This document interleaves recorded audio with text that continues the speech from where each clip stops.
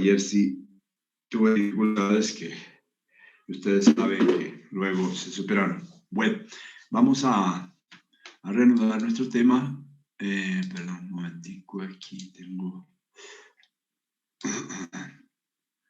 que hacerme cargo como anfitrión, de lo contrario. Muy bien.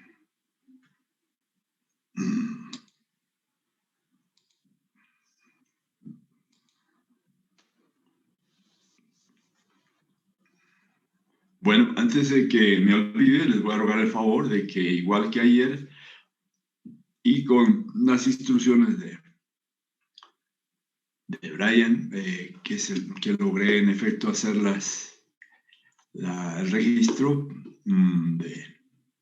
de los que estaban asistiendo, entonces por favor hagan lo propio nuevamente, coloquen presente y su nombre y alguna anotación que tengan, ¿no? Como por ejemplo, hay algunos estudiantes en el otro grupo que son de pero que por razón de horario, creo que es por alguna dificultad que tienen, alguna cosa, me han pedido que los admitan en el otro grupo, entonces que se registre el nombre, al registrarse diga, sí, soy presente del plano de tal y pertenezco, bueno, si pertenece a este grupo no hay necesidad de hacer anotación, pero si por si acaso pertenece al otro grupo, decir, pertenezco al grupo 2 y estoy asistiendo a clases a este grupo. Listo, jóvenes, entonces por favor regístrense en el chat de este medio.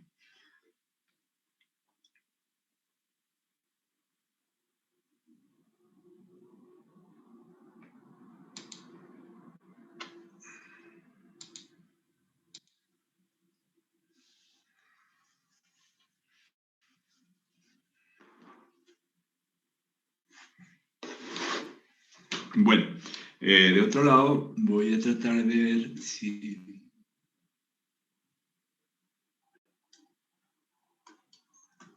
No está funcionando, bueno, pero vamos a ver.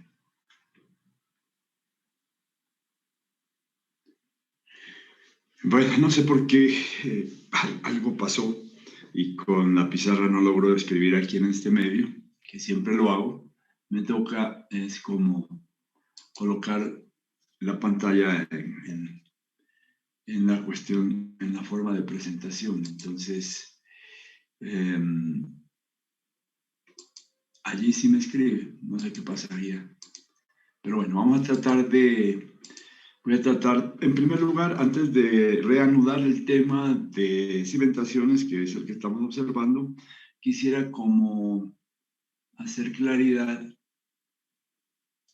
o quisiera que observáramos algo que me vienen preguntando los estudiantes, no sé si pertenecen a este grupo u otro, pero es en su mayoría, de algunas dificultades que tienen. Entonces yo quisiera, respecto al proyecto, ¿no?, del semestre, o sea, hablar de tres cosas, que es lo que yo veo con más frecuencia. Entonces, yo había hablado en ocasión anterior, había hablado sobre el predimensionamiento de vigas. Y quisiera como refrescar un poquito. Yo quisiera que miráramos, por ejemplo, aquí, que yo puedo tener disculpan los dibujos, pero pues en realidad es un poquito complicado esto aquí, o al menos a mí me ha causado mucho problema el tratar de dibujar. Pero bueno, voy a hacer como una explicación respecto al predimensionamiento de vigas, sí, de vigas. Predimensionamiento de columnas creo que lo han hecho por allá y creo que no hay problema. Voy a explicar, digamos, con base en este esquema, que me lo estoy inventando aquí, como para hacerle claridad a algunos. Esta es la primera parte, otra parte también de la cual tengo que hablarles. Pues muchos ya han pasado por esto, otros están como, digamos, en esa etapa o están reflexionando y han vuelto a pensar sobre eso. Entonces yo tengo, por ejemplo, que este es el eje, llamemos el eje A, este el eje B y este el eje C. Y en otro sentido, digamos que a este le llamo el eje 1, a este le llamo el eje 2 y a este 3. Entonces, digámoslo que anotémoslo, dejémoslo como grabación también, entonces sirve para no, así sea los que ya lo hayan visto. Entonces, miremos esta situación, joven. Yo tengo, por ejemplo, que predimensionar la viga de este sitio. La viga 2 entre el eje A y B. Bueno, pues entonces vamos a tomar una situación en consideración. Digamos que, a ver cómo le coloco aquí, pongámosle con este color. Yo tomo la mitad de la luz, esta es la luz 1, 2, la luz 1, 2 y esta es la luz 2, 3. Esta sería la luz AB y esta sería la luz BC. Entonces yo tomo la mitad de la luz 1, 2 y trazo por aquí una línea por toda la mitad. ¿Qué sería esta? Pues sería la mitad de la luz que tengo yo allí, ¿no? Sería L sub 1, 2 medios. Y tomo la mitad de esta luz aquí, que sería la luz 2, 3, y tomo este pedacito aquí, y digo que tomo la mitad de la luz 2, 3 medios. Este sería el ancho aferente. Para la viga a la cual le quiero encontrar la dimensión. ¿Cuál dimensión? La base, ¿no? Porque en realidad uno ya tiene la altura. La altura está determinada por los principios de las tablas C9, 5 y tal cosa. Entonces ya ha determinado la altura y ha determinado una altura efectiva. Entonces, digamos que en este sentido, tengo la luz AB, estoy hablando de determinar, ¿no? De predimensionar. Ojo, esto es predimensional, no es dimensional. Dimensional es cuando ya todo está. Pero uno tiene que arrancar con un predimensionamiento. Luego en el camino comprueba de que se quedó corto, de que estaba pequeño.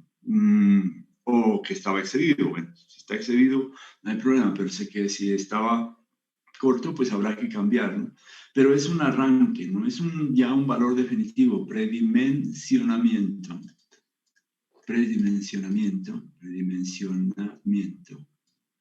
Bueno, de viga, llamémosla 2, entre los ejes A y B.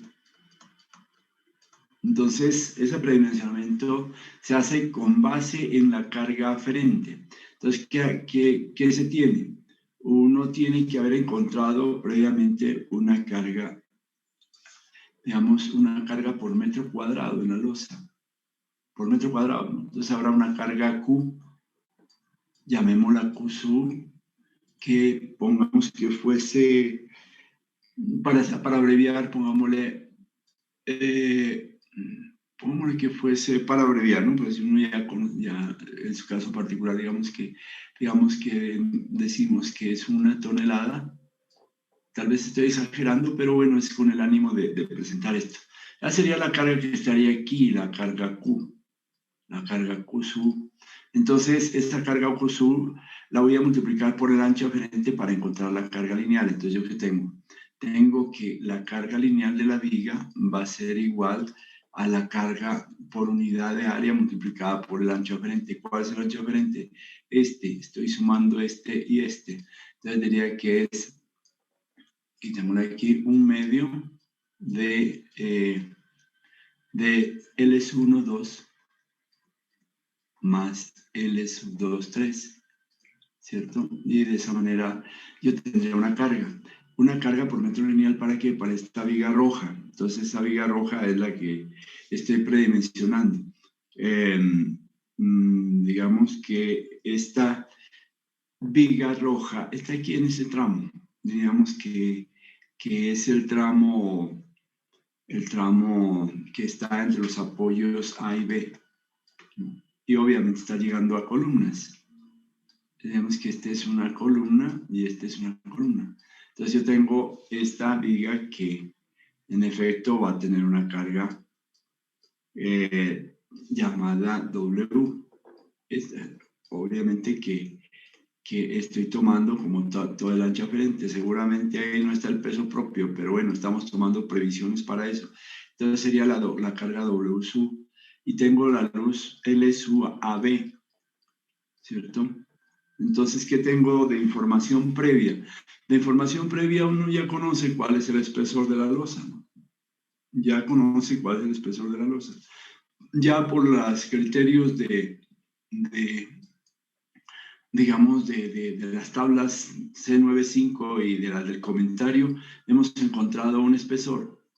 Ese espesor es H, ¿no? Entonces, supongan que el H es igual a 50, por decir algo, 50 centímetros o 0.50 metros, lo que quieran, pongámosle 5.50 metros. Entonces, yo quiero encontrar en efecto cuál va a ser el ancho de mi viga, es decir, cuál es el ancho de la viga. Hay que predimensionar es encontrar este valor de B y este valor es desconocido. Entonces, tengo que recurrir a que establezco yo un valor aquí. Pues puede cogerlo de arriba, puede cogerlo de abajo, pero usted dice que tiene unos aceros de refuerzo ubicados en algún sitio y que la altura efectiva es D, ¿cierto? Habiéndole dado un D segunda por debajo o por encima, como quiera, pero uno ya puede contar con ese D, claro, porque si yo le doy un D segunda, que generalmente es 0.06 centímetros, ¿no? 6 metros, es decir, perdón, 0.06 metros. Entonces diría yo que D es igual a 0.44, ¿no es cierto? Porque es restar de H el D segunda, ¿cierto? Y tendría 0.44. Bueno, ya tengo ese valor. Entonces, se trata de encontrar el predimensionamiento. Acuérdense que habíamos hablado de un momento promedio. Esa es política mía, esa es estrategia mía. Eso no sé qué harán otros colegas, no sé qué harán. De todas maneras, en ese caso, yo simplemente estoy recomendando algo que yo practico y que me ha dado resultados. Ustedes podrán encontrar otra forma en el camino y podrán decir, me gusta mejor esta, ¿listo? Pero es como la manera de aproximarse a esta situación. Entonces, ¿qué tengo? Que el momento del cual he hablado yo es igual al momento MSU máximo, ¿no? Vamos a hablar de un, hablemos de un momento actuante, MSU actuante. Ese momento actuante es igual a W sub por L al cuadrado sobre 10, de eso hemos hablado. Entonces, ¿cómo encuentro? Pues con base en la carga, y esta carga ha sido encontrada con el precedente de que se multiplica la carga por unidad de área. Recuerden que esta es carga por unidad de área para convertirla en carga por, digamos, toneladas por metro, ¿no? Una vez multiplica por eso. Entonces yo tendría esta carga en toneladas por metro. Lo multiplico por la luz al cuadrado sobre 10 y ese era el momento actuante. Ahora voy a ver el momento resistente, el M sub resistente. El M sub resistente, que es normalmente se llama phi por M sub n, ¿no? O de otra manera también se llama phi R sub n por B y por D al cuadrado, ¿cierto? Entonces, ¿qué tengo? Que voy a encontrar el momento M sub, voy a trabajar con el momento resistente máximo, no el resistente común y corriente, sino el máximo. Entonces sería phi, voy a hablar de allá directamente, phi por M, voy a tomar directamente este valor, phi por R sub n máximo. Si estoy buscando el máximo aquí, tiene que estar en función de phi R sub n máximo multiplicado por B y por D al cuadrado. Entonces, ¿qué voy a hacer? En el último momento voy a trasladarme acá para que me alcance el espacio, jóvenes. Voy a decir que el momento resistente M sub resistente máximo tiene que ser menor o igual que el momento M sub actuante.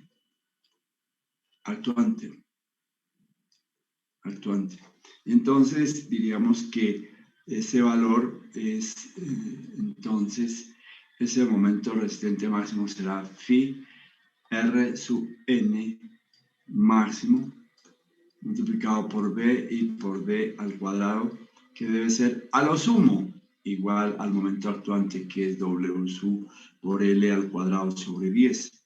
Entonces tendría yo que, para definitivamente obtener mi valor de, tendría yo que, lo que estoy buscando es este. Este es el valor que estoy buscando. Entonces, por transposición de términos, diría que B sub, ¿sí? Este B sería, perdón, estoy diciendo algo mal aquí, excúsenme, este momento resistente máximo debe ser mayor o igual, ¿sí? Mayor o igual, ¿no? Como mínimo igual. Entonces sería, si tenía un error allí, entonces tendría yo que B tiene que ser igual al valor que tenemos allí. Entonces sería W sub por L al cuadrado dividido entre 10 multiplicado por phi Rn máximo, ¿cierto? Multiplicado por el valor de D al cuadrado. Entonces, este valor debe ser, si conservamos este, digamos, conservémoslo, ¿no? Entonces sería, B debe ser mayor o igual, o lo sumo igual, a W sub por L al cuadrado sobre 10 multiplicado por phi Rn y por D al cuadrado.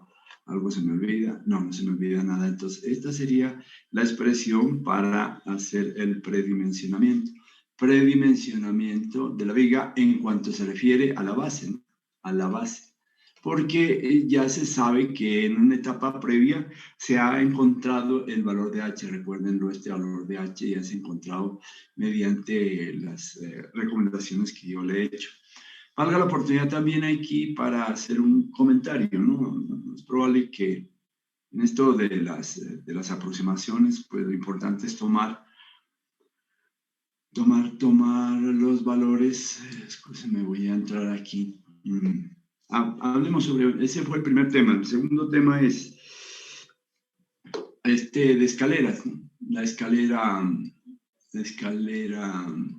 digamos, que tenemos en ese caso, que no tiene descanso, sino que tiene un abanico, ¿no? Es un descanso,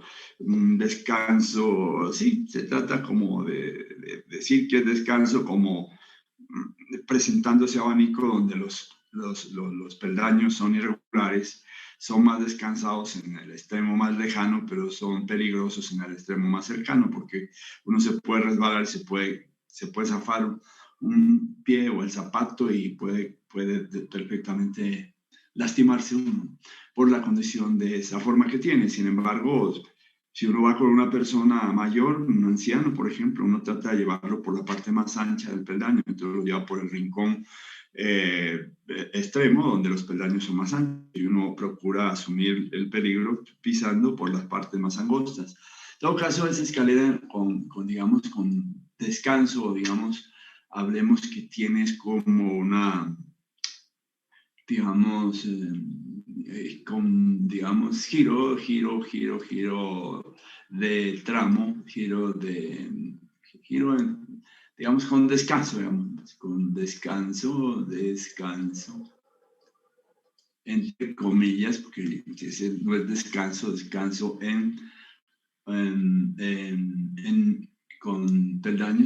con peldaños,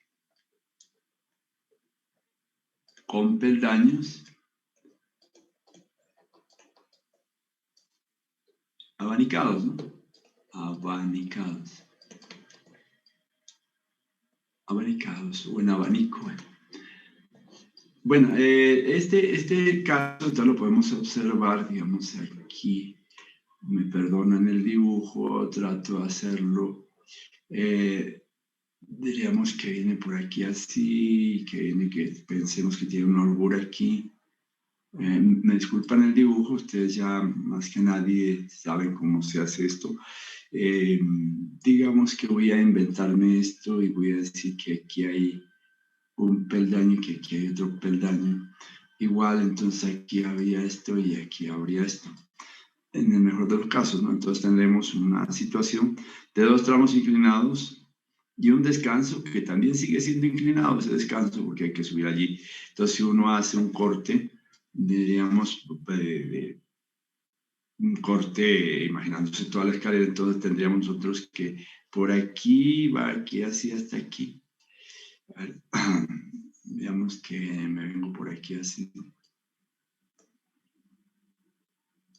Perdón. Yo diría que aquí yo me iría así hasta allí. Y para llegar a otro sitio, digamos, este es el sitio, más o menos es así. Bueno, es así la situación. No puedo hablar de un descanso como el descanso clásico donde uno viene con la escalera y en efecto hace un quiebre y podría imaginar yo que hay un apoyo ficticio aquí en este sitio constituido por la viga que va a estar atravesada allí, pero esa viga a su vez ya algunos lo han hecho y lo han hecho muy bien. Diríamos que tenemos esta viga aquí, una viga o algo que va a soportar precisamente al...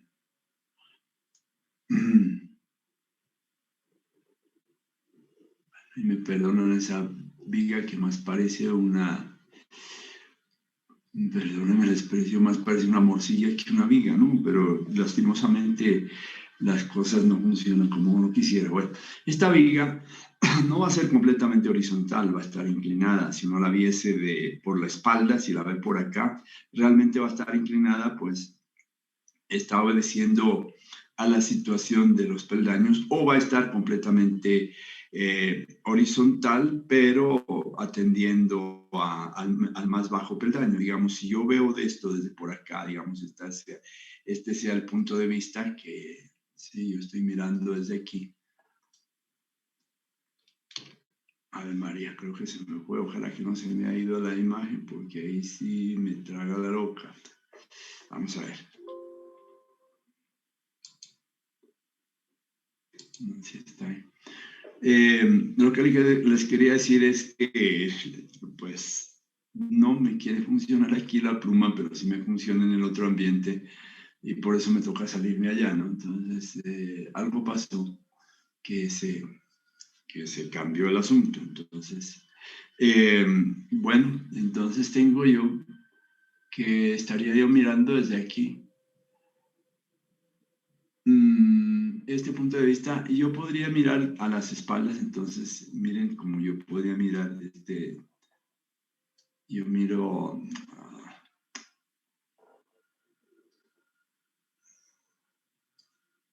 esta es la altura del piso, o sea, esta, ¿dónde estamos? ¿Dónde estoy? Se me perdió. Bueno, esta es la altura del piso, H, llamémosla H, ¿cierto? A vencer, esta sería, mirándola de espalda, sería esta la altura a vencer aquí en este esquema, H. Y las escaleras vendrían en un hipotético descanso aquí, ¿no? En la mitad. Coloquemos este dibujo más bien aquí para mirarlo mejor. Es decir, voy a tomar este.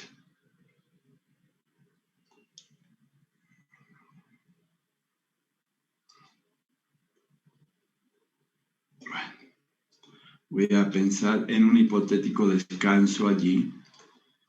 Entonces diría yo, mirando de espaldas a esa situación, miraríamos la escalera en el primer tramo inclinado que vendría desde acá y en el segundo tramo inclinado que iría hacia arriba, ¿no? Entonces diríamos que yo tendría unos escalones acá. Bueno, si esto fuese lo cierto, que en los escalones aquí fuese una situación de una situación regular donde hubiera un descanso, en efecto, pero aquí el descanso es algo que vendría más o menos desde aquí, ¿no? Entonces tendríamos como unos abanicos allí que vendrían desde, póngale aquí, teniendo ese ancho, esa largura, podemos imaginar qué es esto. Vamos a ver, pongo aquí esto. Diría yo que más o menos sería esta la situación. Entonces yo proyecto de aquí y proyecto de aquí. Entonces quiere decir que voy a tener una situación que no voy a tener exactamente una viga de descanso aquí en toda mitad, sino que voy a tener una viga que va a estar en transición, ¿no? Entonces va a estar en una transición. Entonces podría yo decir que tengo que construir esa viga con el fin de poder resolver la situación, y esta viga tendría que ser en diagonal para poder recibir a los peldaños que van en esa parte, ¿no? En diagonal. De esa manera recibiría así los peldaños que van aquí así, y bueno, se tendría esa transición. Podría ser la viga en diagonal.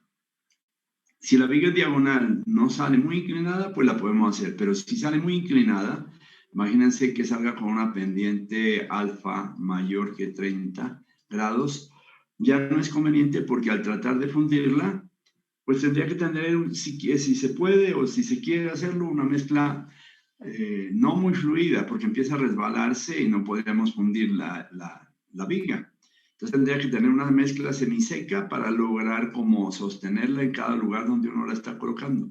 Pero de todas maneras, hasta que se fragúa, siempre va a haber la gravedad que va a estar empujando y la va a estar enviando hacia abajo, y eso es un problema. Entonces, ¿qué debe hacer uno? Construir una viga en la parte inferior nomás y llenar con ladrillos. Digamos, voy a colocar esta viga aquí, digamos, donde llegan los primeros peldaños, coloco una viga aquí, y de aquí pues se va rellenando con mampostería, ¿no? Yo diría que tengo la viga aquí en este sitio, y luego rellenamos con mampostería en la parte siguiente. La parte siguiente sería entonces digamos aquí, tendría ladrillos en hiladas encima de la viga, y va al siguiente hilada de ladrillos aquí, y así va como acomodándose a la exigencia. Perdónenme pues estos ladrillos aquí que estoy colocando, pero de todas maneras, digamos que en últimas estaría como haciendo reposar a los peldaños en los ladrillos que van llegando. Pero ¿cuál es la viga responsable? Esta es la viga verde. Responsable es esta viga que está aquí abajo. Ahora, entonces, para los cálculos, ya les estoy diciendo más o menos la cuestión. Recuerden que esta es una vista de espalda, ¿no? Es como si yo estuviera detrás de la escalera, acá en esta posición a la espalda. Entonces, había dibujado yo la escalera roja, que era la que verdaderamente, digamos, correspondía a la clásica que hemos visto, pero nuestra escalera aquí no es clásica. Más o menos lleva una pendiente, llega hasta un punto imaginario aquí, y de este punto arranca más o menos con esa pendiente. Entonces, ¿qué vamos a tener? Vamos a tener una escalera que se va a proyectar de la siguiente forma. Es decir, nosotros tendríamos, yo voy a aprovechar aquí el dibujo, voy a proyectar esta parte de aquí, voy a proyectarla aquí. No me permite, porque aquí están los iconos para hacer la parte. Entonces voy a tratar de ver cómo la hago aquí. Voy a utilizar un color, al menos un color diferente. Bueno, entonces tengo yo aquí, voy a utilizar esta línea como para proyectar la carga. Entonces la carga, hasta aquí diría que es normal, una carga que vendría de esta forma, una carga que vendría por los tramos inclinados, ¿no? Uno ya sabe cómo calcular los tramos inclinados y ya tendría una carga. Pero aquí hay un aparente enredo, una aparente confusión. Hay unos peldaños, mire, y todo esto. Entonces se forman, dice, ¿cómo hago yo para calcular? Entonces aquí lo que yo les aconsejo es calcular el volumen de los peldaños que están aquí, que estaría conformado por este rectángulo, donde hay, ¿cuántos peldaños hablan de la forma que tenga? Y multiplicar por el volumen de los peldaños. Tratar de calcularlos considerando que estos peldaños están soportados por una losa de espesor uniforme. Así como acá, así como aquí, perdón, ¿dónde estoy? No encuentro yo mi... Bueno, así como aquí, digamos, yo tengo un espesor uniforme de losa, ¿sí? Y vengo con unos peldaños aquí. Bueno, perdónenme esa forma, aquí también tendría un espesor uniforme, perdónenme que lo haya colocado aquí, y tendría los peldaños aquí. Bueno, aquí también, aunque con esa forma caprichosa, o no caprichosa, sino la forma convenida de hacer digamos, un descanso abanicado aquí. Entonces, discúlpenme un momento, por favor. Un momento, discúlpenme.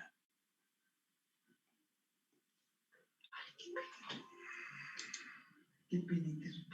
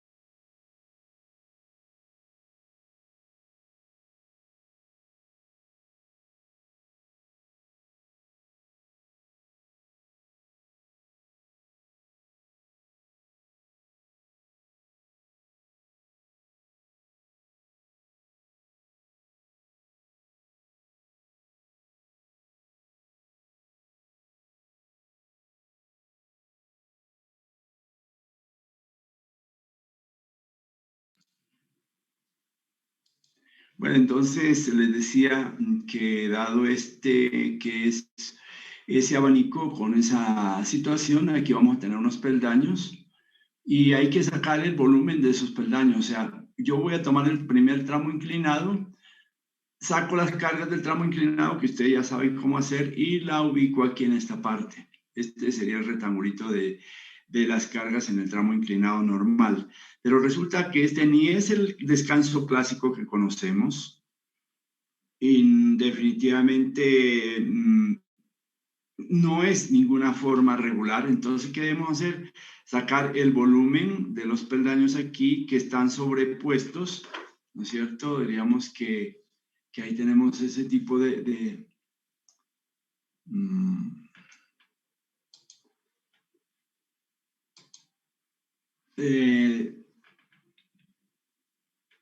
tenemos esta situación donde estoy. Tendríamos entonces estos peldaños que son como pues tienen la misma contrahuella, pero la huella ya no es igual, ¿no? Es decir, es una confusión aquí, algo como que no lo puedo pintar aquí de pronto buena, pueden haber delineantes que pueden hacer mejor esto, pero sacar el volumen de ellos es fácil porque uno toma el área en planta y la multiplica por la altura de la contrahuella y la inclinación que tiene y hace la determinación de los volúmenes. Determina el volumen, digamos, en este caso de esos 3 peldaños, el volumen lo multiplica por el gamma del concreto reforzado, ¿cierto? El gamma del concreto reforzado y que tiene el peso. Lo divide sobre el área, digamos que esta lo voy a llamar, perdónenme, lo voy a llamar, bueno, B, y este lo voy a llamar B también, digamos, que sería B por B, porque si nosotros tenemos una situación de esa índole, ustedes saben que el ancho del descanso tiene el mismo ancho que viene. Entonces, dividido, este sería un peso, ese sería el peso, digamos, de esta parte abanicada allí, dividida sobre el B cuadrado, que sería el área, y de esta manera obtendría yo una carga por unidad de área. Si este valor ya lo estoy multiplicando por el factor de mayoración, pues digamos que aquí simplemente dejémosla que es como carga de servicio. Luego habría que multiplicar por los factores correspondientes de carga muerta, ¿no? Porque sería carga muerta. La carga viva es diferente porque la carga viva va a ser igual en todas partes. En la parte de los peldaños normales y en la parte de abanico va a ser igual la misma carga. Pero hablemos de que la carga sería esta carga de servicio, carga por unidad de área, en este sería toneladas por metro cuadrado como carga de servicio muerta. Hablamos de carga muerta porque es prácticamente lo que corresponde a los peldaños que estoy diciendo. Saque el volumen de peldaños, multiplique por el gamma del concreto y esto le dará un peso, y ese peso lo divide dividido entre B de una vez acá para que no entremos en contradicción sobre B al cuadrado, que sería el área de esta zona, y de esa manera tiene la carga por unidad de área. Y luego pues hace lo correspondiente para encontrar la carga digamos, usted también tiene la carga viva, ¿no es cierto? Y ustedes saben que carga viva también se hará en toneladas sobre metro cuadrado, y cuando uno va a encontrar la carga lineal, pues ustedes saben que es carga lineal igual a la carga por unidad de área multiplicada por el ancho aferente, ¿cierto? Entonces, no hay problema. Bueno, entonces quiero que tengan en cuenta esa situación para la determinación, digamos, de la situación que se presenta aquí. Ahora, una cosa que puede haber y que de pronto no me han preguntado es precisamente cómo va a ser la cuestión del refuerzo. ¿Cómo vamos a colocar ese refuerzo tan extraño ahí con esos peldaños? Habrá que mirar la figura, ojalá pudiese haber un corte de la figura para que uno coloque ese refuerzo de acuerdo a cómo va la situación de la losa. La situación de la losa va dando la vuelta por aquí, entonces tienen que ir los refuerzos siempre por debajo porque va a ser momento positivo, siempre por debajo. Aquí como no va a haber un quiebre de losa, aquí no va a haber un quiebre como lo había en la escalera clásica. Acuérdense que había que hacer un cruce de refuerzos para anclar adecuadamente. No, aquí los hierros van a ir por debajo, siempre por debajo. Aquí no lo puedo dibujar. Miremos a ver si encuentro otro espacio. Diría yo que si esta es la losa inferior y aquí se empieza a presentar un cambio hasta que llega al descanso.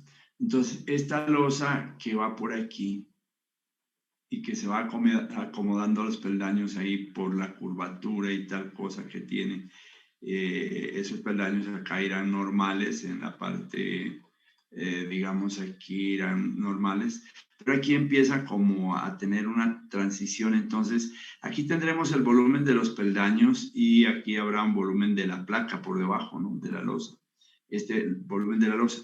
En todo caso, en ese pedazo o en ese sector, perdón, permítanme, como lastimosamente dejó de funcionar algo aquí y me complica mucho la situación, lo voy a hacer un poquito más grande.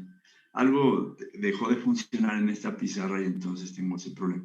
Voy a hacer esta, la losa. que va a soportar los peldaños. Entonces, aquí va a tener una conformación así, más o menos en la esquina. Así, a partir de aquí empiezan los peldaños como a proyectarse en unas formas especiales, digamos. Entonces, madre, la losa va de espesor constante así. Llegará hasta el sitio correspondiente. Entonces aquí tendremos unos peldaños que están en esa transición. Nuestro refuerzo, el refuerzo metálico que vamos a tener, que siempre irá por debajo por momento positivo en el lecho inferior. Pues aquí en esta losa también va a ir en esa forma, ¿no? Va a ir buscando que él esté en la losa inferior, que va haciendo una transición, Que visto desde encima, ¿qué tendríamos nosotros? Visto de encima, jóvenes. Entonces tendríamos ese tramo visto de encima. Yo tendría este tramo visto de encima.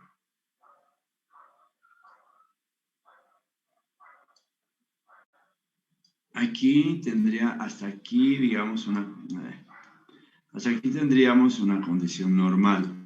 Digamos, de un solo tramo estoy mirando, entonces tendría huella, huella, huella, huella, huella, bueno, y puede alcanzar otra huella.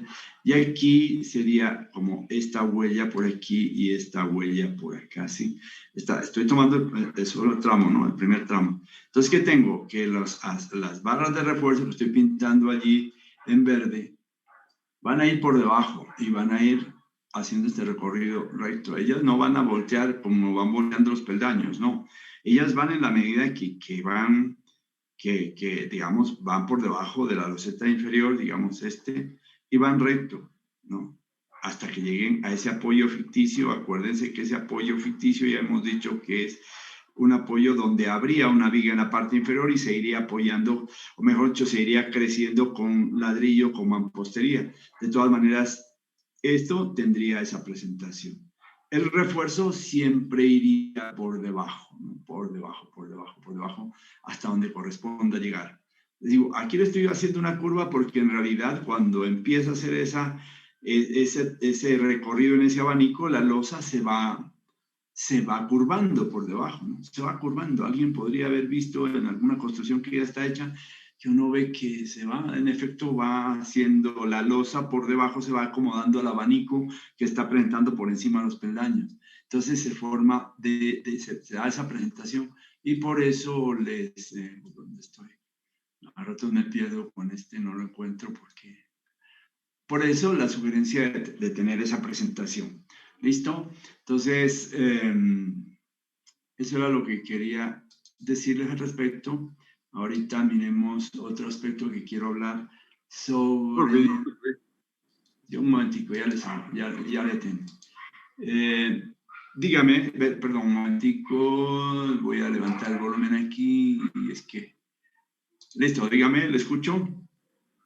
Disculpe, tenía una pregunta, era en la anterior diapositiva. Sí. En la cuando estaba explicando los anchos aferentes para el predimensionamiento de las vigas. Sí. Digamos, ahí en el eje... Qué raro. Eje... Aquí pasó algo extraño. Escúcheme un momentico, esperen. Algo pasó. Se me pasó una diapositiva a otro lugar. Un momentico, por favor.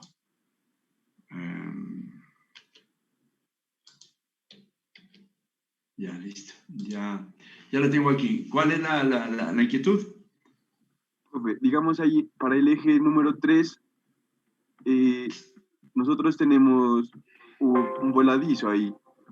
Listo. Toma el voladizo completo y toma, sí, lo entiendo. Si usted toma aquí, en este caso, discúlpeme, voy a pasar a otro escenario porque aquí no me permite escribir. Entonces, supóngase que usted tiene un voladizo aquí, ¿sí? De esta manera tiene un voladizo que va por aquí así, por decir algo. Entonces, naturalmente, usted como carga para este eje 3, para esta viga 3, tomará la carga aferente de este voladizo que está aquí, más esta parte que corresponde a L sub 2, 3 medios, ¿no? Ese sería el ancho aferente. Y obviamente dirá, pues, profe, pero aquí la carga es diferente. Sí, obvio. Aquí hay una carga en voladizo, pero usted la puede ponderar si quiere, la puede ponderar. Podría decir que esta está en este tramo, pero la podría imaginar toda completa con un valor menor, ¿de acuerdo? Y entonces esa sería la carga que estaría dándose para ese lugar. ¿Sí me entendió? Sí, profe, lo que hay en esa partecita hay un balcón también. Sí, Entonces, también sería sí. tomar la carga viva para balcones. Sí, sí, señor. Digamos que acá hay otra parte, digamos, otra saliente, otra parte. Cualquier cosa que haya, obviamente, usted tiene que tomar en cuenta cargas vivas y cargas muertas, ¿no? Tiene que tener en cuenta eso. Es decir, cuando hay varios salientes, como este, que es un voladizo en un pedazo y otro voladizo por acá en otro pedacito, pues tome la carga, digamos, tome las cargas como son, que esta va a tener una longitud, perdóneme que le diga, de 3 metros o de 5 metros, y que aquí hay un vacío de 2 metros y que luego vuelve a presentarse una carga en 2 metros, y que la totalidad de estos son 11 metros. Entonces, toma usted la carga promedio ponderada, que sería 5 por la carga que hay aquí, más 2 por la carga que hay aquí, y eso lo divide entre 11, y ese le va a dar el resultado de la carga promedio que estaría afectando por parte de voladizo hacia este eje 3. ¿Alguna pregunta más? ¿Quedó claro? No, profe. Sí, gracias. Bueno, señor. Entonces, vámonos a otra partecita, jóvenes. Vámonos aquí. Este es... Epa. Bueno. Bueno, la siguiente parte, pero aquí tengo otra cosa. Ya. La siguiente parte es esta, ¿no? Yo les hago caer en cuenta, muchos jóvenes están en esta situación. Epa.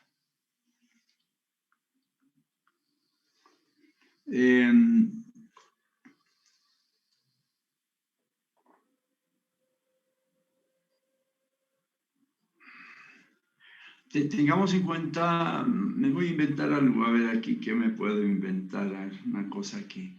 Bueno, que esté en concordancia más bien con el proyecto que tenemos, ¿cierto? Digamos que por aquí hay un eje y por aquí están saliendo, aquí hay un eje. Y este eje de aquí salen unos voladizos para allá irregulares. Bueno, pueden tener una cantidad de cosas aquí. Imagínense que venga por aquí, es algo que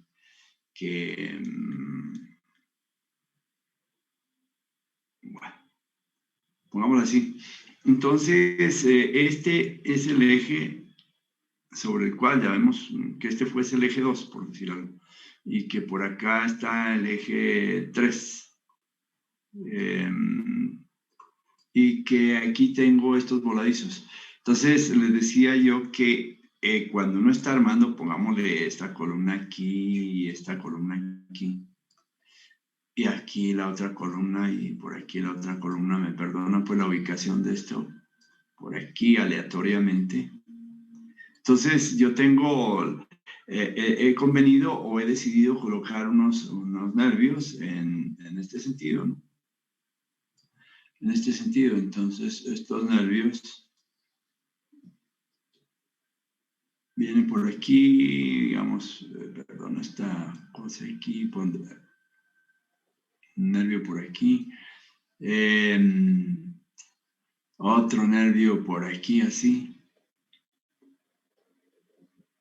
y lo voy a pintar por aquí así. Bueno, y otro nervio por aquí. Bueno, y otro nervio, digamos que coincidió por aquí. Bueno, me disculpan, pues no es regular la distribución de los nervios, ojalá pudiera, sino que esto sí es una vaina bien sobada, Por aquí hay un nervio que está coincidiendo con la llegada de una viga por acá, esta viga es por acá, sí, recuerden, esta viga es más ancha, pero se convierte en un nervio y podría ser que, bueno, dejemos que este coincida por aquí este nervio.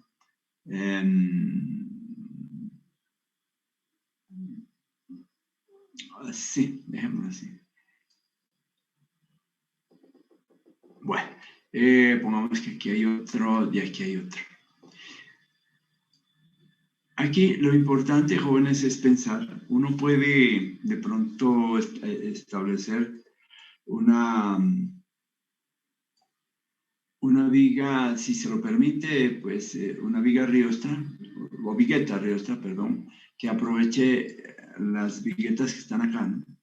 Aquí hay una vigueta de borde y se aprovecha para que esa vigueta de borde se vuelva riostra en cierto sector, con el fin de darle como uniformidad a los casetones, para que no queden pues dispersos. Y acá se puede colocar incluso otra vigueta de borde y vigueta de borde que coincida con una viguetica riostra, con el fin de regular estos casetones que están aquí y así de esa manera como dejar que tenga esa presentación cada vez que haya esta discontinuidad, teniendo este nervio o vigueta de borde y este nervio o vigueta de borde, pues unirlos mediante una vigueta de arriostramiento ahí en medio. Ustedes saben que las viguetas de arriostramiento las hemos colocado por acá como dividiendo espacios entre la luz, digamos en esta luz L2, 3, como mirando si la distancia es muy larga entre los ejes, pues tratar de colocar una riostra con el fin de que los casetones sean más moderados. Pero también podemos colocar riostras acá,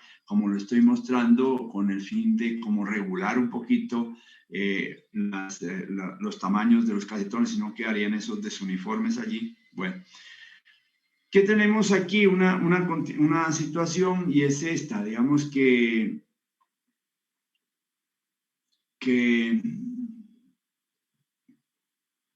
sí, la idea, jóvenes, es que ustedes, ahora o después, en cualquier momento de su vida, siempre piensen en la seguridad, sobre todo de estos voladizos. Los voladizos son, digamos, elementos estructurales que están en una situación de dependencia total del apoyo sobre el cual están depositando su carga, ¿no? En este caso, el apoyo que les brinda toda su estabilidad, su seguridad, su funcionalidad es el apoyo 2, este apoyo 2. Este apoyo 2, entonces, es como su razón de ser, digamos, del voladizo. Si no existiera este voladizo, la cosa sería bien tremenda. Entonces, al ser este como decir el punto de apoyo para todas las nervaduras que salen hacia el voladizo, entonces, naturalmente que uno cuando está diseñando tendrá que diseñar bien esta viga 2. No hay problema, de eso no me preocupa porque uno ya sabe que con las cargas que le están viniendo, de donde vengan, ya sean del voladizo o de la luz interior, ya sean de allá para acá o de aquí para allá, el ingeniero está en la capacidad de diseñar la viga de acuerdo a las dimensiones que haya tomado y de acuerdo a las solicitaciones que tenga, ¿no? Entonces no tiene ningún problema, pero las viguetas sí son, hay que pensar en ellas que necesariamente deben tener una forma de funcionar. Póngase aquí, a ver, no logré colocar algo como, ¿cómo hago aquí? No lo veo claro porque lo que quería hacer era mostrarles algo. ¿Dónde está? Bueno, hablemos de esta nervadura, por ejemplo, esta nervadura, está bien allí. Funciona porque se vuelve continua con la nervadura que viene desde dentro. Qué maravilla poder tener siempre esto de la continuidad de las nervaduras del interior hacia el exterior, porque esa continuidad lo va a balancear al voladizo. Esta vigueta que tenemos aquí, con su vigueta saliente al otro lado, se van a compensar. Esta parte de adentro le va a ser como un contrapeso para que funcione muy bien el voladizo afuera. Entonces, ojalá todos los elementos pudieran tener esa continuidad como aunque yo lo tengo pues desfasado aquí, miren, aquí vamos a generar ahorita un nervio. Entonces, este elemento también que continúe excelente. No sería bueno que llegue un elemento, pero en última, si toca, toca. Pues, es decir, por ejemplo, aquí voy a colocar este nervio, digámoslo aquí, voy a colocar porque necesito darle seguridad, llevo este nervio hacia acá. Perdónenme esta forma de presentar esto, pero es que, y lo llevo hasta aquí. Este nervio, por asegurar, digamos, este voladizo allá, lo llevo desde aquí hasta aquí. ¿Decisión buena? Sí, decisión buena. ¿Por qué? Porque hay que darle seguridad a los elementos más alejados y llevar sus cargas hacia un sitio que le responda. ¿Quién le va a responder? La viga. Si yo llevo esto hasta aquí nomás, hasta esta vigueta nuestra, ¿quién sabe si esta vigueta riostra apta para soportar esta carga que le llegaría de aquí? Entonces es como riesgoso. O llevarla la carga más acá abajo hasta que esta vigueta también le responda. Pues podría ser, pero esta vigueta está también dependiendo del voladizo. Entonces todos los elementos están dependiendo del voladizo y no saben cómo están diseñados. Entonces mejor llevarla hasta aquí. ¿Hasta dónde? Hasta la viga, que es su soporte, que es su sostén, que es el elemento que le da como seguridad a cualquier vigueta que esté llegando allí. ¿Qué problema va a haber? Que va a generar un momento flexionante. Como no hay continuidad hacia acá abajo, no hay continuidad, esta continuidad no existe como existe en los demás nervios azules, entonces ella va a generar un momento torsor en la viga 2. Pero es un elemento, es un momento torsor que sea, digamos, si lo miramos aquí, si lo miramos aquí de costado, diría yo voy a pintar le voy a hacer un corte, digamos, yo tengo la viga aquí, la viga del eje 2, ¿no? Este es el eje 2, y yo tengo un voladizo aquí, estoy pintando ese voladizo, y digamos, yo llego con algunas viguetas como las azules que pasan, ¿no?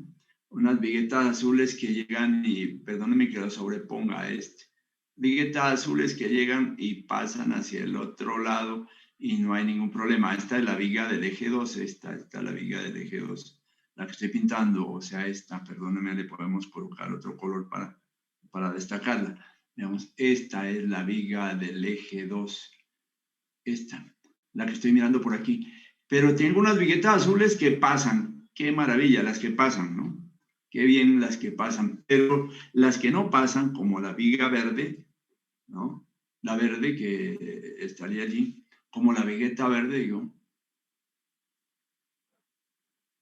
Esta vigueta verde que llegaría hasta aquí, pues como no continúa, genera un momento torsor sobre la viga. Entonces, ese momento torsor a lo mejor es muy pequeño, a lo mejor no va a ser gran cosa, pero eso implica a que uno examine a la viga del eje 2, o sea, esta viga que estamos viendo aquí, examinarla si el efecto torsor producido por esta vigueta verde, que hubo que llevarla desde allá hasta este apoyo, es tan significativo que amerita que diseñemos ese pedazo por torsión. ¿Será muy notable ese momento? ¿O no será notable? Entonces, eso se lo analiza a la luz de la teoría de torsión que vimos en el semestre anterior, cuando mirábamos que amerita a veces si el momento torsor tiene una cierta magnitud que sobrepasa un valor mínimo especificado por la norma. Si sobrepasa eso, hay que diseñar por torsión o hay que asegurarse a la viga, en este caso, que sería la viga 2, asegurarla contra la torsión porque ese o varios elementos podrían estarla sometiendo. Pero puede ser que el momento puede ser pequeñito, perdónenme la expresión vulgar, que no le haga ni cosquillas a la viga, pero uno tiene que corroborarlo como ingeniero, no es que va a decir, no, mire, eso es chiquitico, eso es no, señor, tiene que ir a corroborar. Para eso hay, digamos, hay un procedimiento de diseño por torsión donde uno averigua, hace un examen chiquitico por ahí, no es ni gran cosa, y determina realmente si el efecto es notable para diseñar la viga por torsión también, ¿no? Ahora, es muy probable, jóvenes, que una vigueta que llega allí no le va a causar mucho problema, pero si fuesen varias viguetas, que digamos que otra por aquí llegara y hiciera lo mismo, llegara hasta aquí, ¿no? Y otra por aquí estuviera llegando y no continúa hacia acá, no continúan hacia acá, están llegando solamente hasta el voladizo. ¿Por qué? Porque están desfasadas, porque la de adentro va con otra en otro sitio y la de afuera está llegando ahí a ese sitio. Entonces, están desfasadas, entonces unas llegan a la viga, pero no continúan hacia adentro como la hacen, como lo hemos dicho, esta azul que continúa o esta azul que continúa. Entonces, al llegar solamente y desfasarse y las otras están por otro lugar dentro, pues no se está aprovechando muy bien la estructura, no se la está aprovechando bien. Y encima de eso seguramente está sometiendo a un gran problema de torsión a esta viga. Entonces, en eso, jóvenes, es que yo he insistido con quienes me han consultado, procuren colocar sus nervaduras, las que salen hacia afuera, que ojalá tengan conectividad con las de adentro, ¿no? Hay una cuestión que no la dice nadie y yo la he estado tomando como algo, digamos, para que la podamos aplicar en un momento dado, es esta, ¿no? Si yo tengo una vigueta, imagínense el apoyo. Este es el apoyo del eje 2, del cual estamos hablando. Este es el eje 2. Por aquí viene una vigueta. Después se me...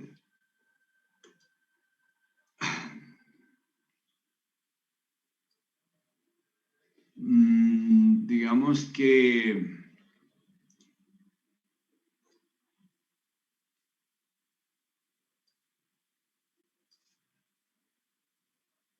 esta es la viga del eje 2, la voy a pintar en rojo como al comienzo la tenía. Y le llega por aquí, digamos, una vigueta que no tiene ningún problema. Esta vigueta, digamos, una vigueta que llega y pasa por aquí para acá. Y, digamos, estoy hablando de las viguetas azules que he pintado allá arriba, que pasan. No hay ningún problema, porque el momento en ese punto es un momento único, un momento negativo que sirve, digamos, para atender hacia la parte interior y hacia el voladizo, ¿no? No habría ningún problema. Aumentémoslo un poquito por aquí, digamos que hasta aquí llega, pero puede ser que yo tenga una situación de una vigueta que, que está llegando por aquí, otra que está llegando por aquí, y llega solamente hasta aquí.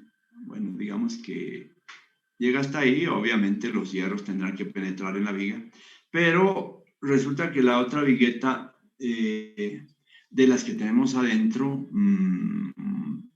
está por acá, ¿no? Las que vienen de adentro. Entonces, esta vigueta está llegando y la otra vigueta está llegando por acá, ¿sí? Entonces, voy a pintar de todas maneras un poquito mejor para que lo puedan mirar ustedes. Entonces, están llegando por aquí. Hay un desfase entre las dos. Estas dos no se podrían unir. La una llega independiente por un lado y el otro por el otro lado. Entonces, yo les he sugerido a algunos jóvenes estudiantes de que podríamos perfectamente correr una de las dos, fundamentalmente la de acá abajo, ¿cierto? Y lastimosamente se me fue la viga. Bueno, digamos que la voy a volver a dibujar.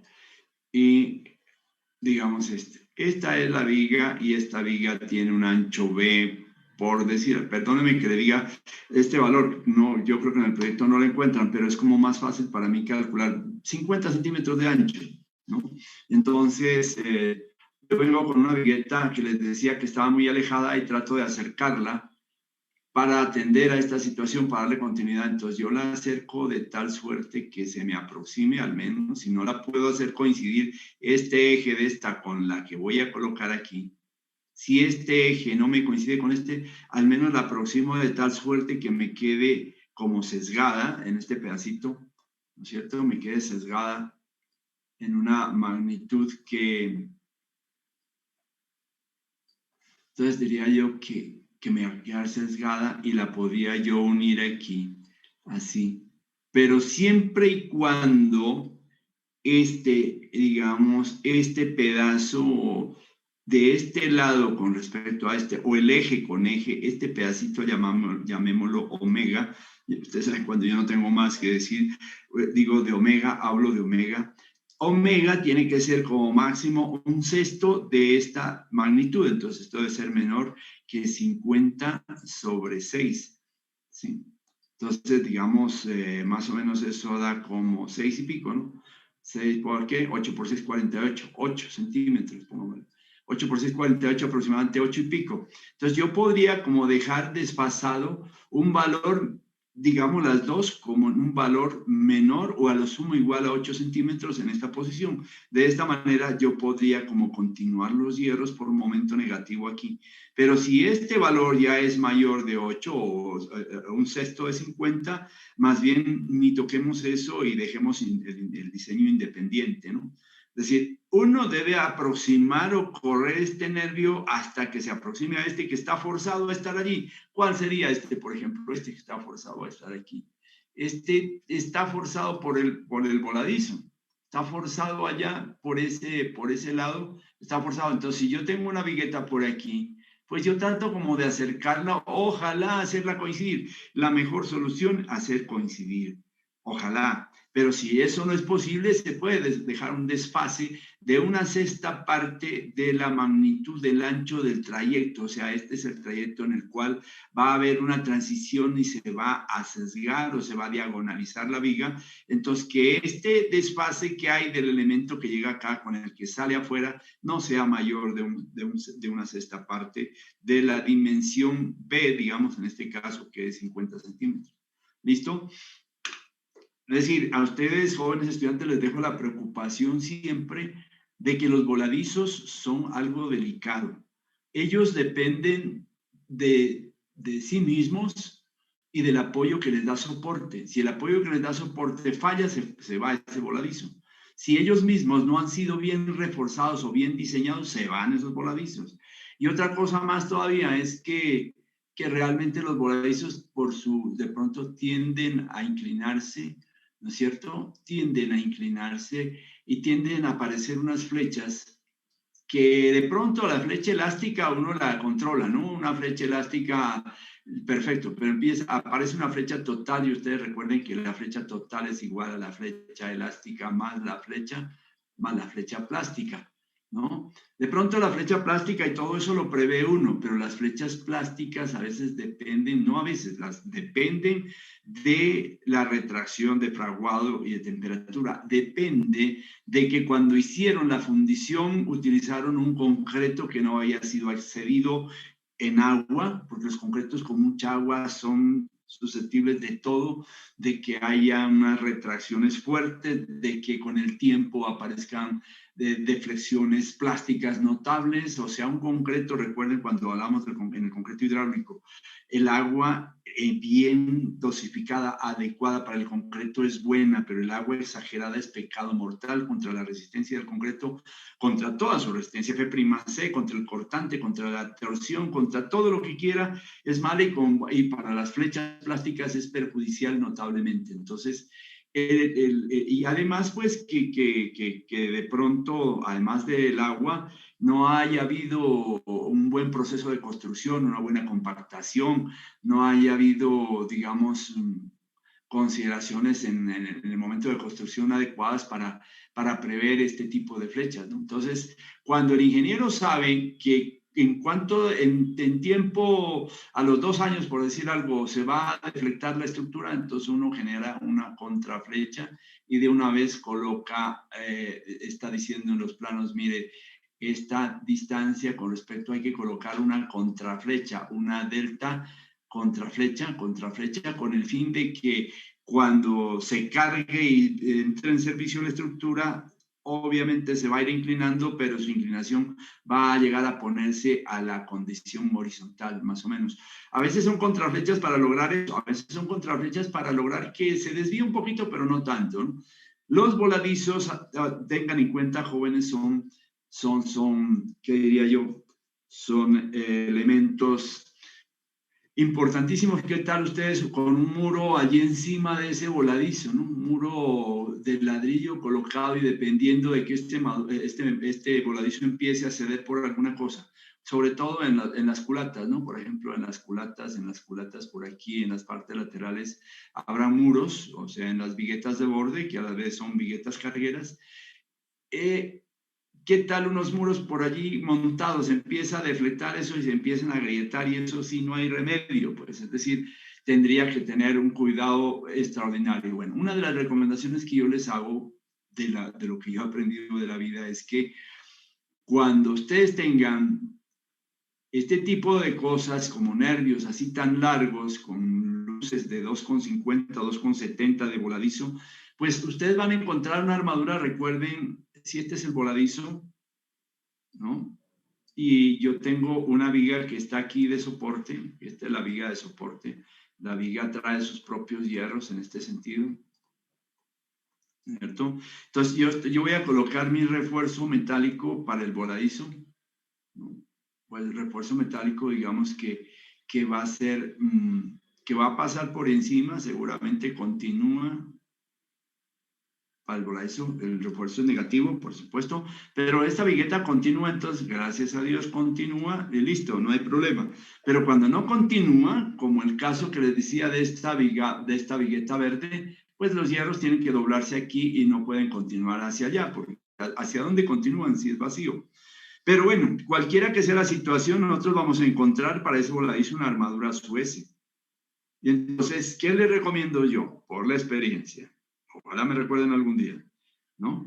Diseñen a estas viguetas en lo posible con un refuerzo a la compresión por debajo. A veces no se lo requiere, pero háganlo a prima suese, concebido como en el concepto de que cuando la cuantía, ¿sí?, es mayor que la cuantía de control de flechas. Recuerden, la cuantía de control de flechas, ¿sí?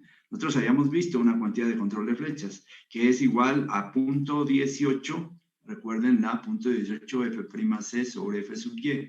Eso lo mirábamos en el concreto armado 1. Entonces, cuando ustedes tengan una que le está dando una situación de diseño con unos momentos que realmente son algo de consideración, dice, eso da unos momentos grandes. Y como nuestra cuantía es función de los materiales, F'C, Fy, es función del momento, MSU, etcétera, entonces uno puede decir, esa cuantía me está sobrepasando la cuantía de control de flechas. Yo ya no lo voy a diseñar así simplemente armada, la voy a diseñar doblemente armada, donde voy a tener la precaución de que este hierro por debajo me va a ayudar a que estas deflexiones que son inducidas por el tiempo, flechas a largo plazo, se aminoren, se disminuyan, porque aquí va a haber acero de refuerzo en esta zona respondiendo, ¿no? Cuando no hay este acero de refuerzo aquí respondiendo, es muy factible, perdón, ¿qué pasó aquí? Es muy susceptible que cuando no hay acero aquí, es muy susceptible a que, ¿dónde está la parte que estoy buscando?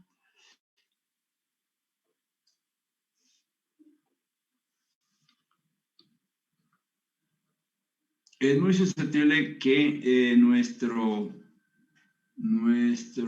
voladizo se incline más fácilmente, ¿no? Entonces, ojo con eso. Si yo tengo armadura de compresión acá, no lo va a dejar al concreto solo para que se defienda contra las compresiones inclementes que va a tener. Siempre van a haber compresiones debajo en los voladizos y tensiones arriba. Las tensiones se encarga el acero, pero las compresiones a la larga en el concreto lo fatigan y lo reacomodan y dan como para que se presenten este tipo de flechas, digamos, de flecha plástica, que son las que agravan el asunto de los voladizos. Entonces, mi recomendación final, cuando tengan voladizos y vean que la cuantía generada por el momento aplicado ahí, el momento en el voladizo, ustedes saben que es un momento en el voladizo, ¿no? O el momento por la continuidad del elemento que va de adentro hacia afuera, y lo ven que es grande, aquí voy a diseñar, no cuando la cuantía sobrepase a la cuantía máxima, sino cuando la cuantía esté sobrepasando a la cuantía de control de flechas. Ténganlo en cuenta para el futuro. Si de pronto requieren un poco más de información sobre eso, estaremos conversando en otro momento. Muy bien, jóvenes, dejamos esa parte y ya entremos entonces a la parte que nos corresponde, que nos estamos quedando un poco, y el tiempo es precioso. No se olviden de esas recomendaciones que les hago, son cuestiones de la vida práctica.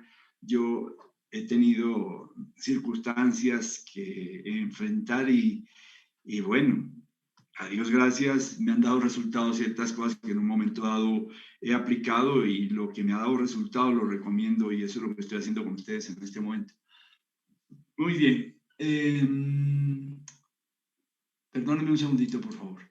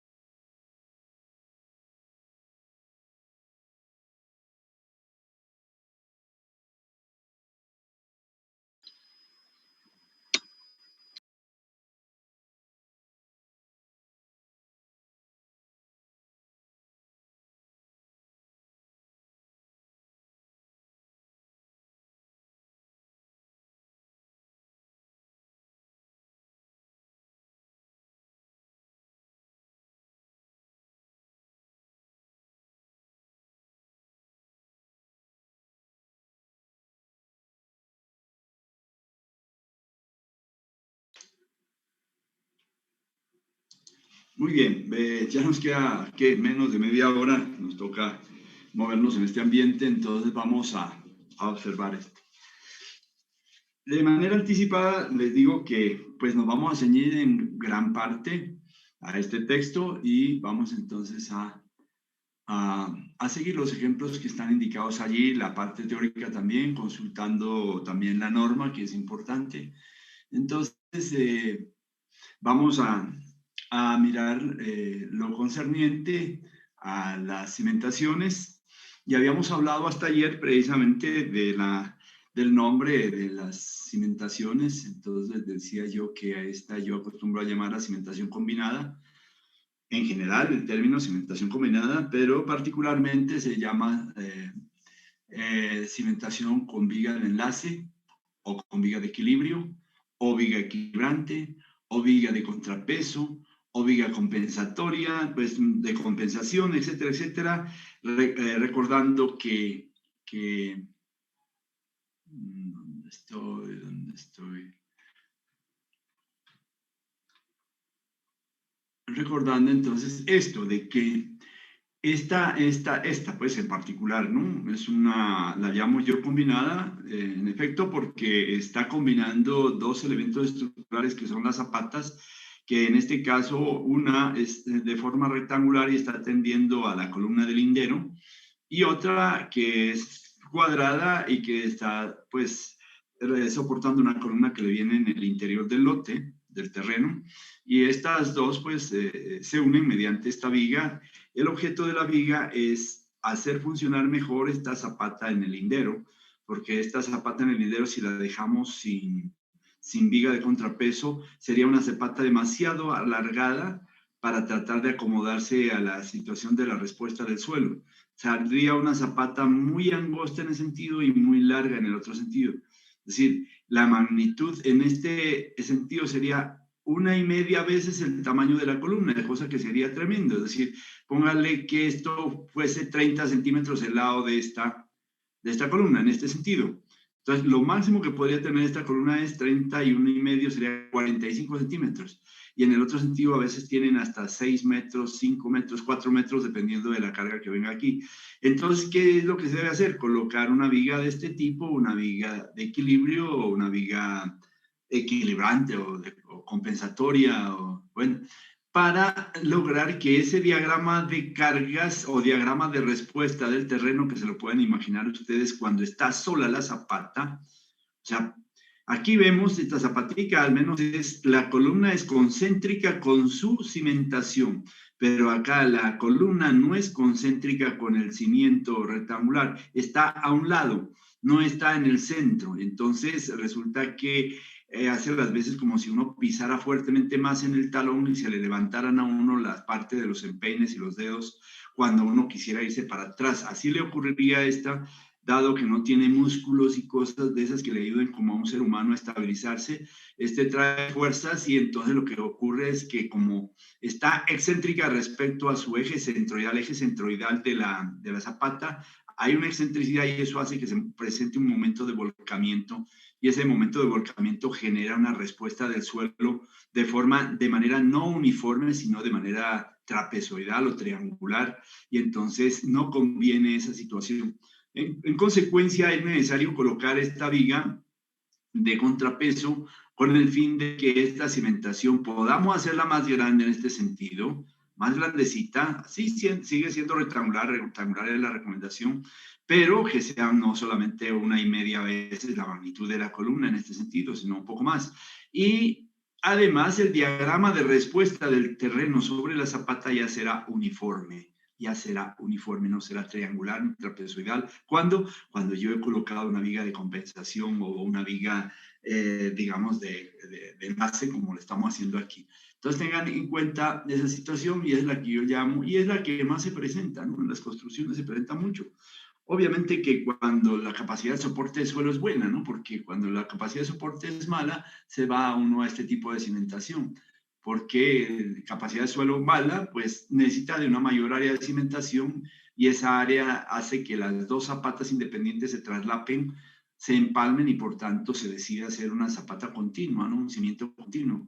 En cambio acá quiere decir que el suelo de soporte es muy bueno y que requiere de un área pequeña para cimentar la columna interior y un área pequeña también para cimentar la columna exterior. Entonces, como están distantes las dos y tiene este problema de excentricidad esta zapata, hay que unirla a través de este elemento que es la viga de enlace o viga de contrapeso o de otro nombre que como lo hemos visto. ¿Listo? Entonces, aquí en la parte siguiente, pues hace una consideración general sobre la cimentación en concreto reforzado para muros. Les pido que lo lean. Es interesante, pero no le vamos a quemar mucho tiempo. Eh, Se hace el análisis y se hace el diseño, por supuesto, aquí, ¿no? Y muestran el diseño en varias consideraciones, pero no le vamos a quemar tiempo a esto. Mírenlo, es completamente didáctico, es muy claro. Si eventualmente tienen dificultades, me puede decir en grupos o como quieran, nos reunimos y les hago claridad sobre ese aspecto, pero no le voy a quemar tiempo a eso. Vamos a entrar directamente a este tipo de zapata, cimentación aislada para columnas, ¿no? Entonces vamos a entrar a este. Entonces, por favor, cuando tengan entonces ocasión, que yo creo que se dan a veces pues tanto es el trabajo que tienen ustedes como nosotros ahora en este medio virtual, es una cosa tremenda, entonces a veces no le queda tiempo a uno para nada. Pero si tienen tiempito, échenle un vistazo a ese tipo de diseño de cimentación que en realidad es muy didáctico y muy sencillo, y si hay algo, lo estamos conversando. Entonces vamos a entrar aquí a esta cimentación aislada para columnas. Zapatas aisladas cuadradas. Dice, las zapatas para columnas cuadradas o circulares con carga axial se harán, con carga axial solamente, no dice de momento. Se harán cuadradas y su comportamiento estructural se acepta como el de losas en voladizos, en dos direcciones sometidas a carga uniforme del terreno hacia arriba. Para efectos de diseño se tendrán los siguientes aspectos. Entonces miremos que dice flexión, ¿no? El momento máximo para una zapata se calculará en una sección localizada en la cara de la columna. Por lo tanto, el momento externo en el plano CE, ¿cierto? Miremos este plano CE. Aquí están diciendo el momento externo en el plano CE, como se calcula el momento en la cara de la columna, ¿no? En esta dirección. Dice, el momento externo en el plano CE se determinará calculando el momento de las fuerzas que actúan sobre la totalidad del área de la zapata ABCE. Claro, ABCE. Entonces, habrá que calcular toda la fuerza que hay en este rectángulo, ¿no? Para poder encontrar ese momento. Igualmente dice el momento externo en el plano FG, ya en el otro sentido, porque hay que diseñar con respecto a los dos lados, ¿no? A las dos orientaciones, norte, sur, este, oeste. Dice, igualmente el momento externo en el plano FG se calculará a partir de las fuerzas que actúan sobre el área BFGH, como ahí está, ¿no? BFGH. Debe notarse la porción de área tomada dos veces para efectos de esta determinación del momento, esta, ¿no? Esta área tomada, la toma por acá y la toma por allá. Entonces, nótese que se está haciendo consideración doble en ese sitio. Bueno, pasamos entonces a la siguiente parte y dice que ya desde el punto de vista de flexión pues se va a encontrar ese momento nomás, y desde el punto de vista de cortante vamos a ver qué se dice. Dice cortante, existen dos maneras de revisar el esfuerzo cortante, dos maneras, A y B de estar más abajo, ¿no? A dice, para zapatas y también para losas con comportamiento en dos direcciones, con una sección crítica perpendicular al plano de la losa, localizada en una distancia de medios a partir del borde de la columna, puede calcularse como el área de la corona correspondiente, figura 8.7 que está mostrando acá, ahora lo miramos mejor, sometida a las fuerzas que actúan en ella y su respectiva sección resistente. El valor de phi sub c, esto no es nada extraño, acuérdense que esto lo venimos viendo del concreto 1, es la resistencia de diseño del concreto, ¿no? A cortante. El valor de phi sub c será el menor de las siguientes expresiones. Entonces aquí viene esta parte, ¿no? Que vamos a mirar un momentico, miremos a ver si lo podemos ampliar un poco. Yo creo que sí. Me están hablando de la figura 8.7, miremos a ver qué nos dice. Vamos a mirar, la figura 8.7 nos está indicando una zapata que aquí tiene la columna es concéntrica con la cimentación. Aquí está en una isométrica, aquí está en planta, ¿no? Y aquí se está considerando, dice, área contribuyente, acción como losa en dos direcciones. Vamos a considerar que la zapata va a distribuir o sea, la columna llega a la zapata y la carga se distribuye en toda la superficie de la zapata, lo que quiere decir que la carga que recibe de la columna, esta se distribuye en las dos direcciones, no en una sola dirección, en la dirección norte-sur y en la dirección este-oeste. Entonces, va a tener en consecuencia una respuesta total del terreno y vamos a mirar que esta haría las veces como de un punzón. Hay una fuerza de punzonamiento respecto a las dos direcciones. Es como coger una hoja de papel y con la punta del lapicero tratar de romperla. Claro, entre más fina hacia la punta, más rápido rompe la hoja, ¿no? Sería como esa analogía, digamos, una hoja de papel frente a la punta de un lapicero, que en este caso viene a ser entonces nuestra zapata frente a la columna. Entonces la columna ejerce una fuerza de punzonamiento, o mejor, de tratar de perforar a la zapata. Si esta no tiene las suficientes condiciones, pues tendría dificultades por el efecto de puncionamiento. ¿Y qué es el efecto de puncionamiento? Es el efecto del esfuerzo cortante que se genera en las dos direcciones. Se genera en esta dirección y en la otra dirección. Y entonces dice que, aquí no se ve muy bien, dice que el analista, el diseñador, debe pensar que va a haber ¿qué se llama? ¿Cómo se llamaría? Un paralelepípedo que se genera alrededor de la columna, que va a tener la altura efectiva de la zapata, la altura efectiva, ¿no? Nosotros sabemos que la altura de la zapata sería h, pero vamos a tomar la altura efectiva, ahorita miramos sus términos, y que tendría como lados, en un sentido y en otro, al lado de la columna más de medios hacia un lado y de medios hacia el otro lado. Aquí me está representando B, que sería este ancho, y esta pestaña o esta cosa hacia allá que sería de medios y para acá que sería de medios. De esa manera se definiría esto. En el otro sentido también se definiría un lado que se llama C, miren, lo está indicando aquí, que C sería el lado de la columna, más una gradita o un sobresaliente, una aquí, que sería de medios por aquí y de medios por allá. De medios y de medios nos da D, entonces sería C más D. Acá también a la larga sería B más D. Entonces, ¿qué está ocurriendo? Que visto en planta, nosotros tenemos la columna en este sentido C y en el otro sentido B. Y vamos a tener entonces que a partir de aquí, ¿no? Hacia la izquierda tenemos de medios. Y de aquí hacia la derecha de medios, que se está reflejando aquí en este pedacito que muestra esa situación. En últimas, entonces tendríamos un lado de ese paralelepípedo, de ese volumen que está mostrándolo allí, que sería B más D, por supuesto, el lado de la columna más D por la suma de esos dos de medios, y en el otro sentido tendríamos C más D. Esto es lo que se constituye en una corona para efectos de análisis y diseño por cortante bidireccional. Cortante bidireccional, tengan en cuenta esto porque es el cortante analizado en las dos direcciones. Está considerando como una fuerza de puncionamiento, como un esfuerzo de puncionamiento, algo parecido, pero pues las normas o la teoría dicen fuerza cortante bidireccional o cortante bidireccional, no dicen mucho sobre funcionamiento, yo soy el que estoy colocando como analogía aquí, y en efecto eso es lo que se produce en las losas armadas en dos direcciones, ¿no? Imagínense una losa armada en dos direcciones.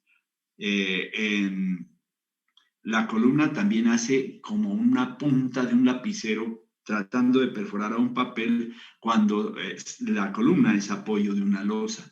Entonces, diríamos que la columna lleva de todas maneras una fuerza concentrada al elemento que lo recibe, sea losa bidireccional arriba en un entrepiso o sea también zapata abajo para recibir la carga y distribuirla en el suelo. Entonces tengamos en cuenta esta corona de la cual voy a hablar y que en otros momentos se llama B sub 0. Se llama B sub 0, aquí está, B sub 0, ¿no? Que es B sub 0 es igual a 2 veces CB, C más B, o sea, 2 veces C más B, o sea, más 4D. O sea, es la suma digamos, es el perímetro de esa zona delimitada, como se ha dicho, entonces se llama B sub 0. A veces B sub 0 la llama uno como al lado simplemente de este cuadradito, o de esta, no cuadrado, porque si la columna es cuadrada, este perímetro también es cuadrado, digamos, este polígono, este perímetro también sería cuadrado, pero si la columna es rectangular, también ese polígono va a ser rectangular. Entonces vamos a tener de todas maneras B sub 0, que es eso, es como la longitud del perímetro de esa zona delimitada según se muestra allí, ¿no? Esto es para cortante bidireccional. Ahora, aprovechemos que estamos aquí en este esquema, o en esta parte mejor, para mirar al cortante unidireccional. Ojo, a la izquierda es cortante bidireccional, a la derecha cortante bidireccional. En este caso, tenemos una zapata, como la muestran en una isométrica encima, ¿no? Que se va a diseñar para cortante, pero el cortante unidireccional considerado en un solo lado.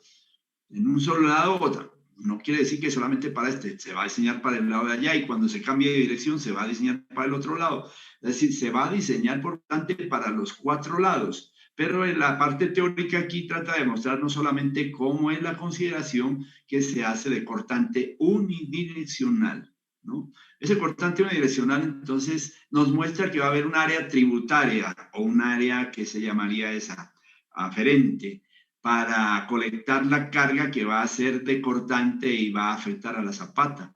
Esa área va a ser dada por el perímetro, digamos, GHIF, que sería visto en planta. Entonces aquí, visto en planta ya, nosotros tendríamos esta situación. Regresémonos un poquito. Si acá el cortante bidireccional está siempre a la distancia de medios del borde de la columna en cualquiera de las dos direcciones, acá el cortante unidireccional va a estar a la distancia, el cortante crítico, ¿no? Va a estar a la distancia del borde de la columna. Entonces, miren, este criterio se sigue manteniendo aquel que nosotros aprendimos en el semestre anterior cuando veíamos cortante crítico. El cortante crítico, salvo algunas excepciones, siempre estaba a la distancia del borde de apoyo. Esa es la misma situación que se sigue conservando. Visto en planta, quiere decir que vamos a analizar el cortante unidireccional a una dirección, luego hacia otra dirección y luego hacia las otras direcciones norte y sur. Pero aquí, como se trata de mostrar, es exactamente el concepto. Nos están dando una indicación de cómo hacerse o cómo debe hacerse la consideración del cortante unidireccional. Entonces, ¿cuál será el área tributaria? El área tributaria sería FIGH, ¿no? Como acá el área tributaria sería, imagínense, el área tributaria sería el área del cuadrado de toda esta cimentación. Esta cimentación, póngale que se llamara L como es cuadrada, sería L por L al cuadrado, ¿no? Y le quitaríamos al valor de lado, ¿cómo se llamaría esto? Este lado, que sería C más D multiplicado por B más D. Es decir, a toda el área de la zapata le descontaríamos esta parte central dada por el perímetro que hemos determinado antes, y esa sería toda el área tributaria. Aquí han hecho unas rayitas paralelas aquí, como para indicar que toda es el área tributaria para considerar el cortante bidireccional. En cambio, que para el cortante unidireccional el área tributaria es esta, hacia un lado, obviamente, y se hará para los demás lados independientemente. ¿Listo? Entonces,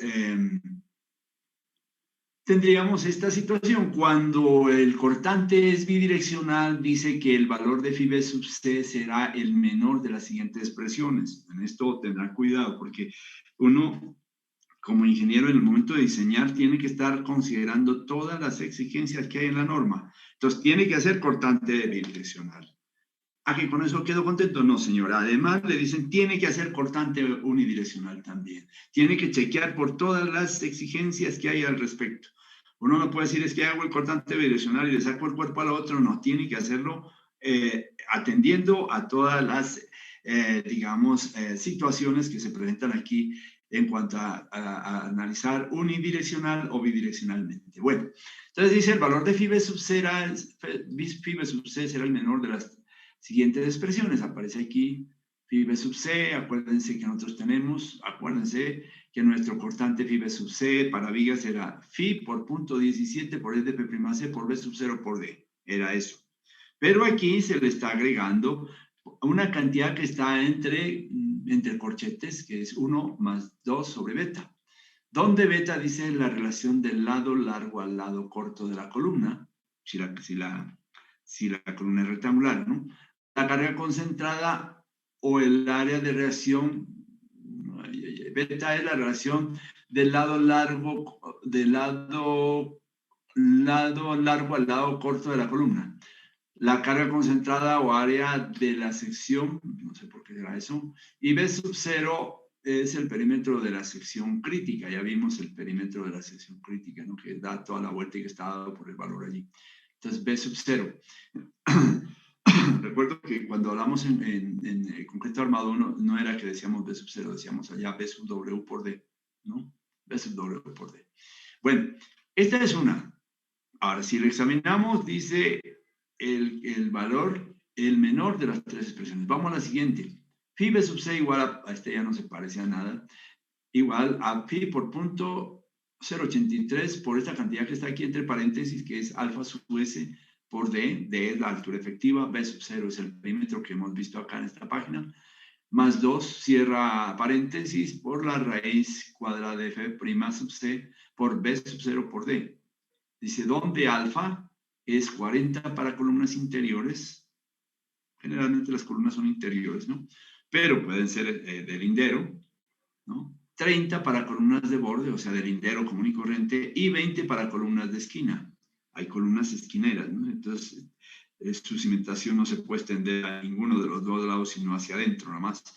Bueno, entonces serían esos valores. Y un tercer caso de phi b sub c, que sería igual a phi por punto 33 radical prima c por b sub 0 por d, dice que esta sería la tercera expresión. Aquí no hay nada que averiguar, simplemente es phi por tal cosa, valores ya conocidos, b sub 0, d, la altura efectiva, recuerden, altura efectiva siempre del elemento que vamos a considerar. La siguiente parte, se dice, la forma B de chequear al cortante en el concreto, la llamada acción como viga, con una sección crítica que se extiende en el plano a través del ancho total y localizada a una distancia del borde de la columna, lo que hemos visto acá en esta parte, ¿no? Entonces, es esta. Puede calcularse como el área rectangular FGHI, claro, FGHI que está acá, sometida a las fuerzas que actúan sobre ella y una sección resistente de ancho FG, claro, esta es la sección de ancho FG, ¿cierto? Para este chequeo, dice, las especificaciones de resistencia suministradas por el concreto corresponden a las usadas en vigas, ¿sí? En eso no hay ningún problema, lo que vimos entonces en el concreto armado 1 se aplica aquí, pero para el chequeo, ¿no? O sea, dicen que no hay necesidad de ir a encontrar un phi b sub c particular, nada, sino con el phi b sub c que nosotros encontramos allá en el concreto armado 1. Para el concreto, digamos, para el diseño bidireccional, sí hay que someterse a estas tres y tomar el menor valor de las tres como phi b sub c, ¿cierto? Del anterior caso. Muy bien. Aquí se consideran otro aspecto, aparte de la flexión, que ya se habló, y del cortante bidireccional, dice la transmisión de los esfuerzos en la columna o de la columna a la zapata, sería, ¿no? Aquí hay una presión de contacto, sería una resistencia al aplastamiento, dice aquí, ¿no? Dice, bueno, dejémoslo a este, tal vez no lo miramos después. Quisieras como acá empiezan a mostrar este aspecto que nos demoraríamos en explicar. Hablan de las longitudes de desarrollo de los refuerzos, etcétera. Bueno, complementaremos, pero dejemos aquí, quisieras como hacer un esquemita para indicar un poquito en el tiempo que nos queda esta situación. Entonces,